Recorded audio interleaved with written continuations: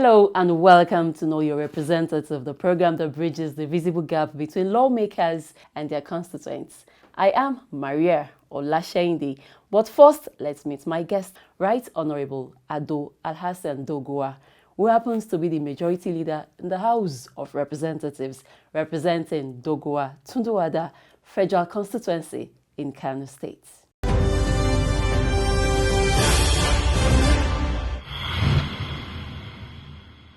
Alhassan Doguwa, popularly known as Alhassan Doguwa, was born on August 14th, 1965. He is an All Progressives Congress member representing Doguwa Tunduwada Federal Constituency of Kano State. Focused personality who joined politics immediately after graduating and became elected member of the House of Representatives under the defunct SDP in 1992. It did not take him long to register his presence in the House. In 2000, Alhassan Doguwa was appointed as Special Advisor to the Kano State Governor on Environment. He later worked as a Special Advisor on Governmental Affairs and Political Party Affairs to Senate Presidents Chief Adolphus Wabara and Senator Kenny Namani, respectively. Honorable Alhassan Ado succeeded in returning to the House of Representatives in 2007, where he became the Deputy Chairman of the House Committee on Niger Delta Development Commission, NDDC. Having served the nation and especially its constituents diligently, the enterprising people of Tunduwada Doguwa Federal Constituency re-elected Honorable Doguwa in 2011, where it became more clearly that he is indeed a parliamentary asset, having served as the Chairman House Committee Chairman on MDGs. Honorable Alhassan also serves as the African Network of Parliamentarians on MDGs Chairman.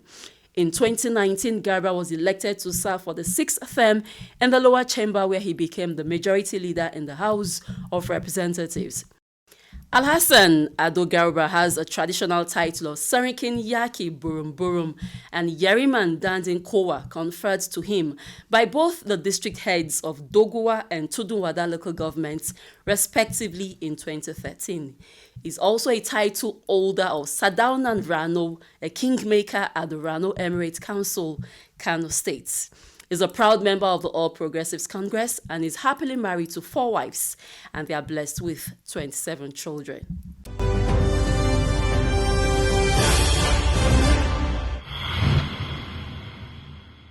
Suna farin ciki da murna da kuma jajircewa da hukumar da ta mana wannan aiki. Muna ƙara godiya, muna kuma ƙara yaba mata. Allah ka bata ƙwarin gwiwa, Allah ka aminta mana ita. Wanda yi wannan aiki Alhassan Ado, muna fatan godiya na alkhairi da jin daɗin wannan abu da imana.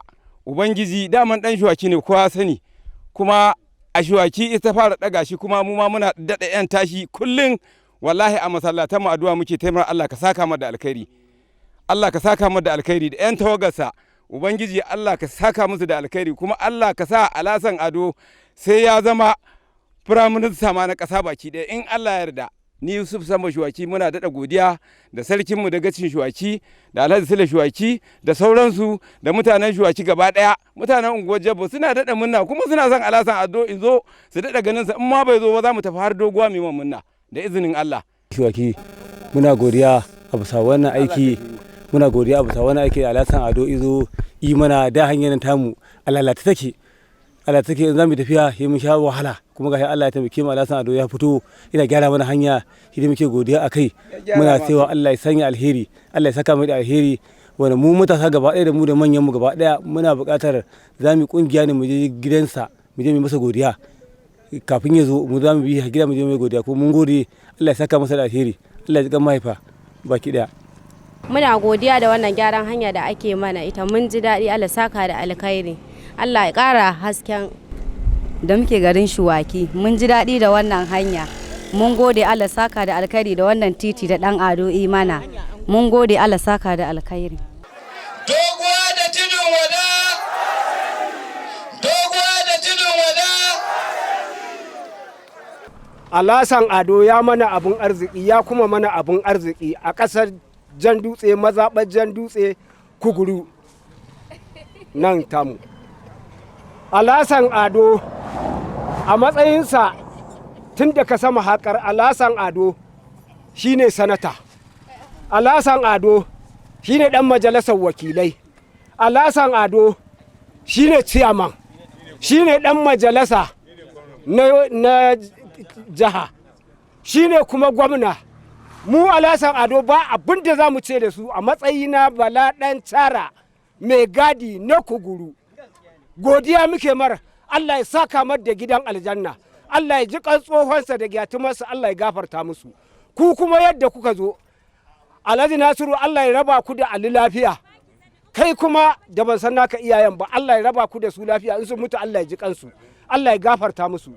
Ga jawabi ga mai girma bayis na local government. Kai ma mun maka godiya domin sai da idan ku ake mana wani abu. Allah ya ji kan Alhaji Jeri, Allah ya raba ku da auta lafiya. We are so proud of you and we appreciate God for giving you to us, because that's the most important thing. For you to have a child, the child that will come out and serve his people, it is very, very important and very, very vital. God will continue to strengthen you, God will continue to give you good health, and God will continue to elevate you. God will continue to elevate you. And as I heard many of them saying, again and again and again and again.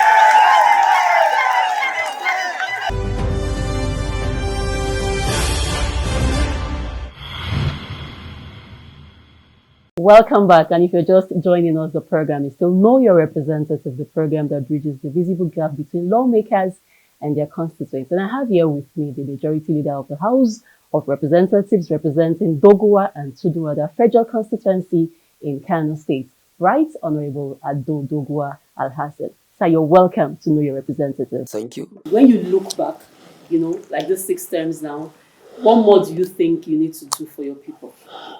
There is virtually nothing that you can call sufficient to people who have also patiently continued to vote for you in same capacity. I don't want to be over-assuming, but I think it will not be out of point if I tell you that no matter what I do in the future, as far as my constituency is concerned, possibly is to sustain and consolidate on the gains we have made so far.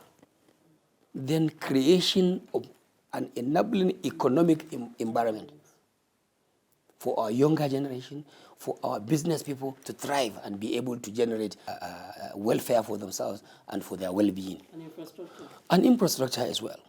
If you go to my state now, I think, like they used to say, oh, Kano, Lagos, Kano, Lagos. If you go to my state, with what Ganduja has really done in the metropolis and in some other peripheral communities outside Kano, definitely you will think like you're in Lagos. So the analogy between Kano and Lagos is one good example. We have the population, Lagos has the population. We have a serious governor, Lagos has a serious administration also. So it's like the two places are like twin. And we will continue to rate shoulder to shoulder, shoulder to shoulder in the area of development, even in the area of politics itself. These two places will remain the center of excellence as far as politics is concerned. And it is all about the guys the people that are handling the affairs of the state. In our own state, in the case of Kano, we have Dr. Abdullahi Umar Ganduje, who is also unprecedented. Unprecedented because he is one governor that we have never had in the past, where he is not only educated, his wife is also educated. All we are doing is to be able to complement the efforts of the policies and programs of the government in the center, which is our government of President Muhammadu Buhari, to also supplement and complement the efforts of the government at the subnational level, at the state level, because it is our government. It's an APC government led by our father, Baba Abdullahi Umar Ganduje. So this is what we'll continue to do. And my area being an agrarian area is the food basket of the state. Doguwa Tudunwada Federal Constituency produced at least 60 to 70% of what we eat internally in the state. Whatever you think you can call food, local food, that sustain the people of Kano State in terms of food, is produced by Tudunwada Doguwa Federal Constituency. And that is why part of the project you have seen was a brand new rice processing mill, which I built through constituency projects. When you have politicians building rice processing mills for their livelihood, for profit making, I hope you understand. You now come to Tudun Wada Doguwa, you find a community-based organization or a community-based rice mill that will be built, that is built, and when completed, we will now hand it over to a cooperative society where young men and women will own it up. It's not going to be for me. It's not going to be for my kids. The initiative, the concept is for us to build an industry where you have the raw materials available, where people are already involved in that kind of business. And we form up a cooperative society that will have young men and young women to collectively own it. And we will give them what we call take-up grant, capital, start-up capital. And it will not be less than 50 million naira when we come to open that rice mill. If you go down to Doguwa, so many other things, hospitals, stadiums for sports activities, roads. Sometimes we build tarred roads, township roads, and in some cases we provide access roads to farms so that our farmers can have easy access to their farms and back. And they are long roads. Very long roads, you have seen them, very long roads. And these are roads that we have secured in relevant agencies, agencies that do have the constitutional mandate to undertake such constructions. Most of my works go to Nibri, most of my works go to Naseni, most of my works, major works, go to Federal Ministry of Works. And Pashola is doing a wonderful job there. You don't need to see Pashola before your job as a constituency project is awarded. But I cannot remember when last I visited Pashola to push or lobby for award of my contract. He does that thing as and when due, and he pays contractors as and when due, appropriately. So many of our works have been undertaken by that ministry, and no one of my contractors is complaining of lack of payment. None of my projects is abandoned. I think it's courtesy. It's courtesy of a good man. It's a courtesy of the right man doing the right job. Perhaps when you go to some other ministry, you find contrary. But for what I've seen there, I believe Nigeria or the president has made a right decision in placing Pashola to head the key infrastructural development ministry in this country, which is the Federal Ministry of Works. Naseni, for instance, is an agency of government that is specialized in creating skill acquisition centers, working on the construction of roads, because it's under the Federal Ministry of Science and Technology. Naseni has done a lot of my projects, a lot of my programs, and they have never failed me. So he is one minister that we don't just regret. President Muhammadu Buhari has really done well in choosing Pashola to manage an infrastructure-based ministry like the Federal Ministry of Works and Housing. This is one president that, of course, we just cannot take for granted. The issue of friendly relationship, amicable working relationship, what do you call it? Cordial working relationship, which, of course, people like you in the media mistake for being rubber stamp. It's not for nothing. It's actually not for nothing. It is for understanding. And those of you who elected us into office would not have expected us to see the executive and the legislature fight. We are not elected to fight. We are elected to work together, look after each other, so that at the end, the best could be delivered for the benefit of mankind, for the benefit of the people. Checks and balances, checks and balances.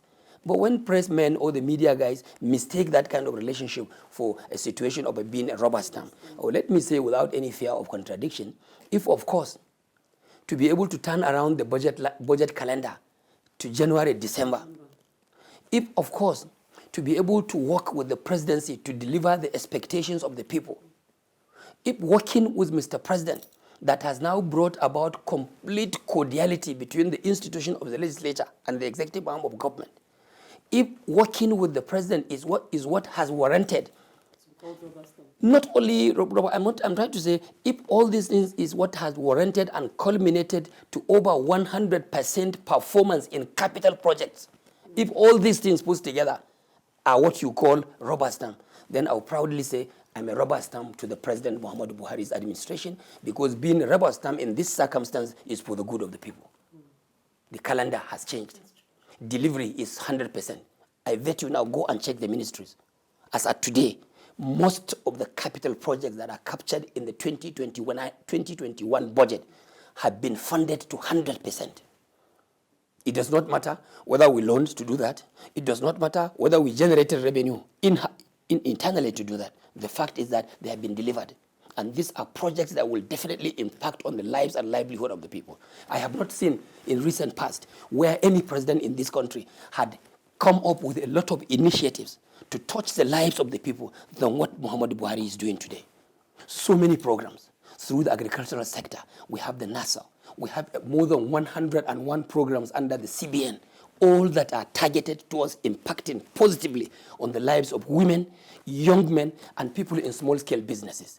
It is today that we have a president who is bold enough, madam, to beat his chest and close up the borders, and Nigeria is still surviving. This is what is called self-reliant. Self-reliance. We are self-reliant. This is self-reliance. The challenges, we're not feeling the impact. Which impact? All those things you're saying, fine, I agree with you that it's being funded, but implementation and follow-up is a problem. It has never been a problem. Yesterday at a conference, National Legislative Conference, organized by one organization in partnership with NOAA, National Orientation Agency, I challenged the ICPC chairman seated there. I challenged him that the institution of the legislature is not the one responsible for implementation of projects. We only sponsor projects and provide them and provide for their implementations in government agencies. The moment you have a problem in the process of implementation, it's never our problems.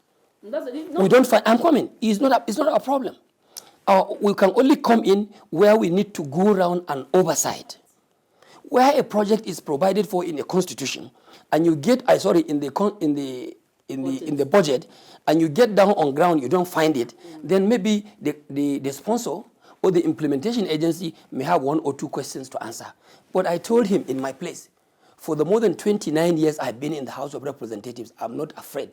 Let every anti-graft organization go to my constituency. Get records of the project that I said I have done. Go and bet them.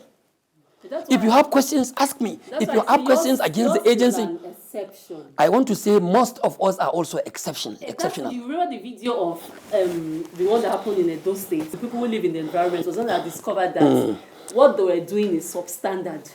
So for the lawmaker, it's been implemented, it's been put in the budget, it's been funded. Yes. But that's what we now talk about follow-up. But now he might say he's not the one who's going to go and see how the thing must be done. So there must be someone who will be responsible. Yes, who will be responsible. Else, at the end of the day, they will say, this person didn't do this job. But if that person didn't find out that you're using substandard for that road, we'll just say, well, it has been approved. And the fact is that when you're talking of oversight or supervision, you could have oversight, constitutional oversight on the part of the legislature. And there is also what we call project monitoring on the part of the implementation process, which is done at the level of the agencies of government. So it's like the two are going hand in hand. I am trying to say, irrespective of institutional oversight by members of the legislature who do have that as a constitutional role, I don't think the National Assembly will found wanting in carrying out that. But for monitoring and evaluation is one job that belongs to the agency. If they do that, that's their problem. If they don't do that, that's their own problem. But like I've said, Nigerians must not always be taken away. They must always not look at it as if, it's a phantom something, that whatever is being done in terms of constituency projects, is like a prod. It is not always so. This brings me to and the essence of constituency projects has always been a noble intention. And that noble intention remains in existence to today.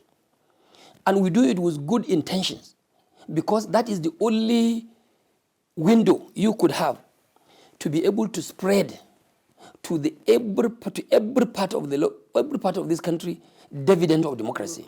President Muhammadu Buhari, through his major and mega projects, for instance, may not be able to get to all wards, councillorship wards, may not be able to get there. He may not even be able to get to each and every local government headquarters.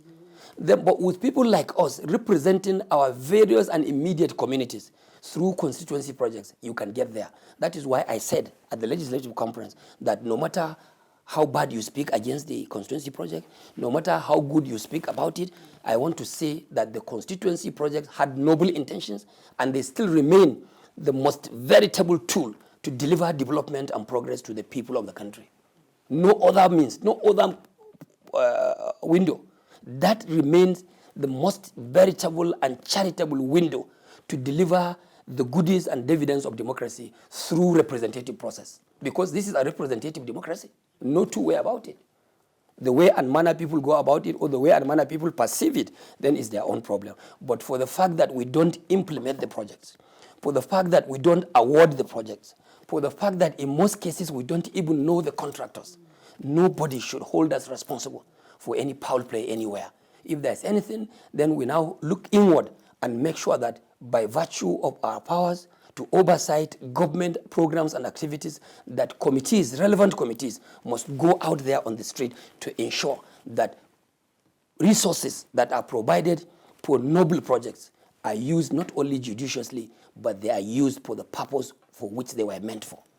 The number of years I have served in the House, with the several other speakers and leaders I have come across, I want to say without any fear of contradiction, Honorable Femi Bajabiamila is one different person, very exceptional person, uncommon.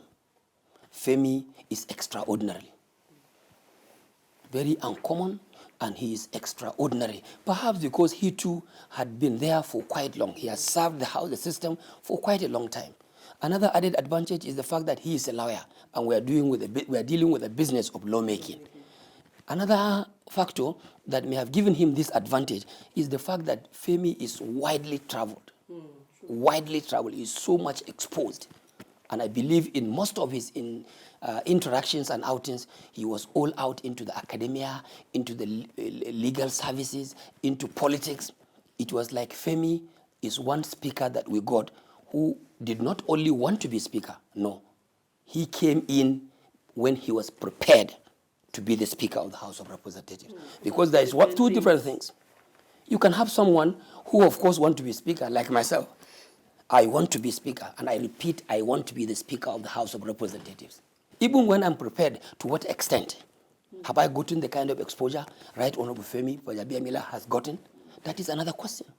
Do I have the kind of knowledge, vast knowledge in lawmaking and legislation like this man? The cool-headedness, the humility in him, his capacity to carry along everyone, the patience, which obviously may be subject of contemplation as far as I'm concerned.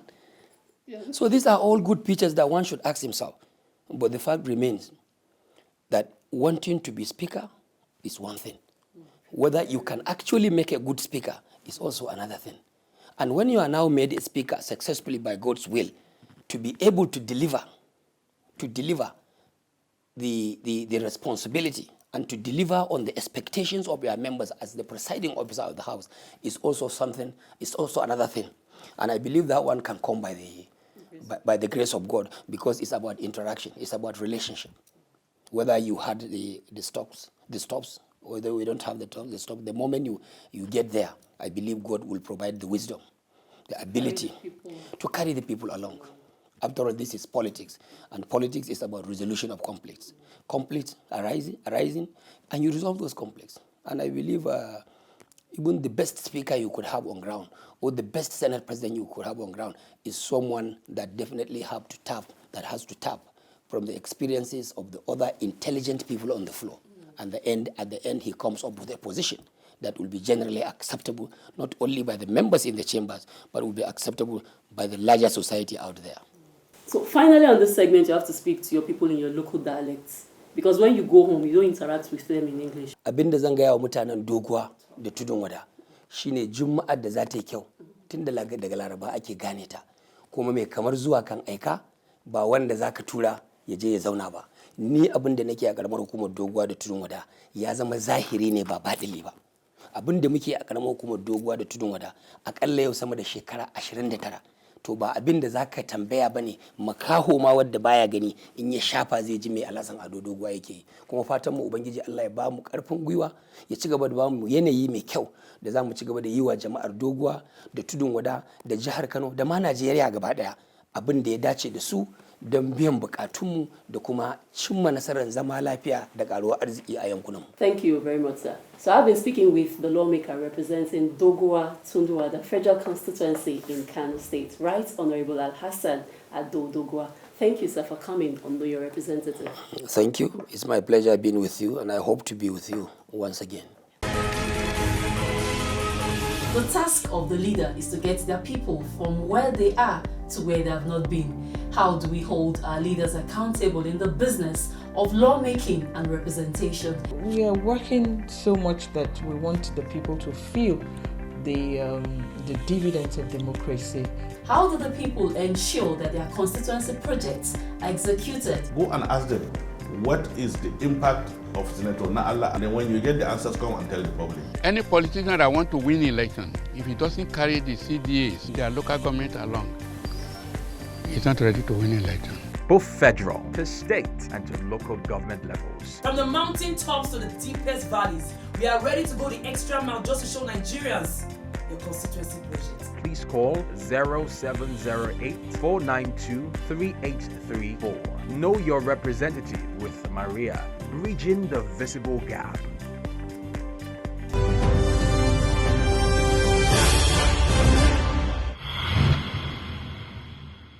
And that's our package for today. Join me same time next week as I bring you the concluding part of Right Honorable Hon Alhassan Doguwa's constituency projects and empowerment programs. For missed episodes, you can watch on our YouTube page, Mabase TV. Thanks for watching. I am Mariah Hon Alhassan. Bye for now.